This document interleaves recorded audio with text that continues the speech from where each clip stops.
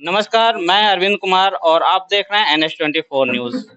हम आज आए हुए हैं कुटाडी कोलरी, जहां vision life human rights foundation का आज एक ऑफिस ओपनिंग है और ये ऑफिस ब्लॉक लेवल का है। तो हमारे साथ हैं इस ब्लॉक के Pandeshwar block vision life human rights foundation के प्रेसिडेंट मिस्टर नसीम अंसारी जी।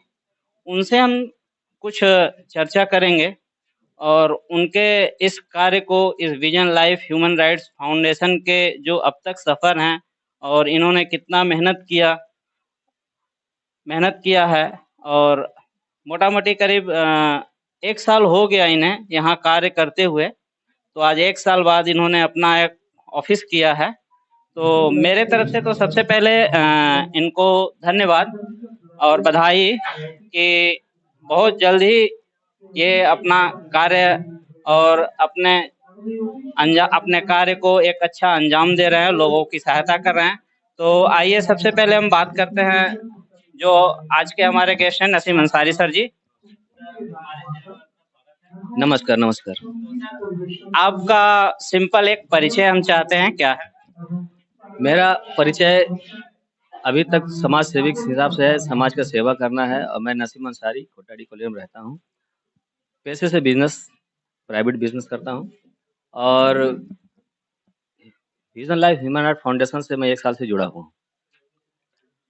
और मेरा दिल के अंदर बचपन से ही ख्वाहिश था समाज का सेवा करना, मानव कल्याण के हित में काम करना, लोगों को मदद करना, लेकिन कहीं कोई ऐसा प्लेटफ़ॉर्म मुझे प्रोवाइड नहीं हो रहा था।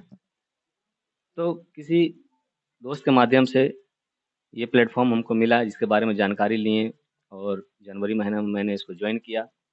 मुझे अच्छा लगा इन लोगों का कार्यकलाप देख कर के। हमारे सर हैं, कुलदीप सर हैं, जो vision life human right foundation का फाउंडर हैं।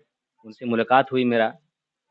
उनका गाइडलाइन मुझे बहुत अच्छा लगा कि ये संस्था बहुत अच्छे तरीके से काम कर रहे हैं समाज में। ह्यूमन राइट्स का मतलब जो होता है, उनको ये पूरा-पूरी फ़ॉलो कर रहे हैं। और मुझे बहुत प्रेरणा मिला।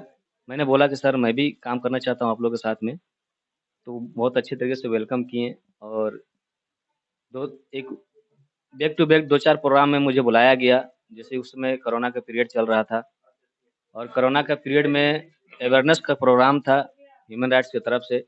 उसमें ह्यूमन राइट्स के बहुत सारे सदस्यगण थे। ऐसा जब मुझे मालूम चला कि इस प्रकार का एक प्रयास प्रारंभ हो रहा है, तो मुझे बहुत खुशी हुई क्योंकि देखिए हम लोगों को जब स्वतंत्रता आंदोलन चल रहा था, तब भी समाज सेवा का बहुत काम होता था और धीरे-धीरे समाज में वो जैसे ही हम लोग को स्वतंत्रता मिला, तो ये समाज सेवा वाला अध्याय कम हो गया था। कहीं पर इसकी ज़रूरत है, केवल सरकार से संभव नहीं है कि समाज को आगे लाना।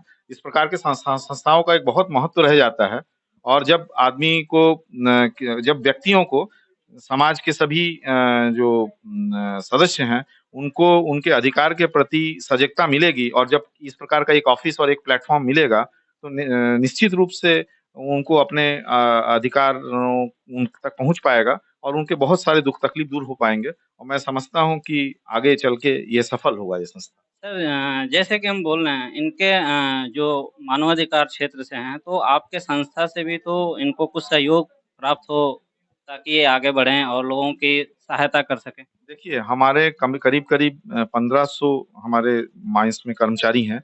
यदि उनके 5 सदस्य के हिसाब से पकड़ लें तो कम से कम साढ़े 7,000 करीब हमारे सदस्य हो जाते हैं, जो मतलब हमारे इस कॉलोनी में रहते हैं प्लस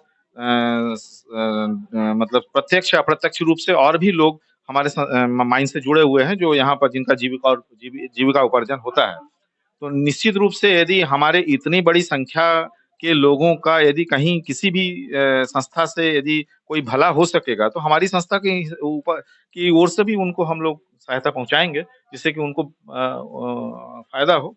जैसे कई बार जैसे अभी कोरोना का एक दौर गुज़रा था और अभी भी है। तो ऐसे और भी कई बार बाढ़ आ जाता है, कई बार विपत्तियाँ हो जाती हैं, कहीं बहुत सारे मेजर दुर्घटनाएँ हो जाती हैं, तूफ़ान आ जाता है। तो ऐसे समय पे ऐसी संस्थाएँ जो है ना बहुत बढ़-चढ़ कर हिस्सा लेती हैं और उस समय हम लोग भी अपनी सहायता करेंगे। जी, अभी मैं आया था, अभी दुर्गा पूजा में इन्होंने भी बहुत अच्छा काम किया था और कपड़ा बैंक भी लगाया था। तो इसको लेके आप क्या कहना चाहेंगे?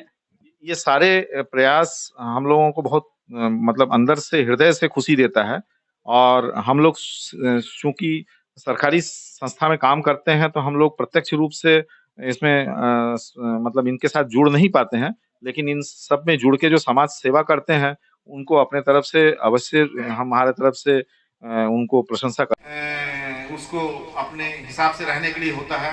समाज जो होता है वो केवल इंसानियत से डिफाइन होता है और ह्यूमन से डिफाइंड होता है, इसीलिए ह्यूमन वहीं से आया है, ह्यूमन राइट्स। वहां पर कौन किस धर्म का है, कौन किस जाति का है, ये हमारे देश में उसी दिन खत्म कर दिया गया था जब हमारा संविधान बना था। धर्म को रखा गया था अपने घर में रखने के लिए। आप अपने घर में किस तरह से पूजा करते हैं, किस तरह से इबादत करते हैं, वो आपका मैटर है, उसको समाज में कभी नहीं लाना है और समाज उससे डिफाइंड होना भी नहीं चाहिए।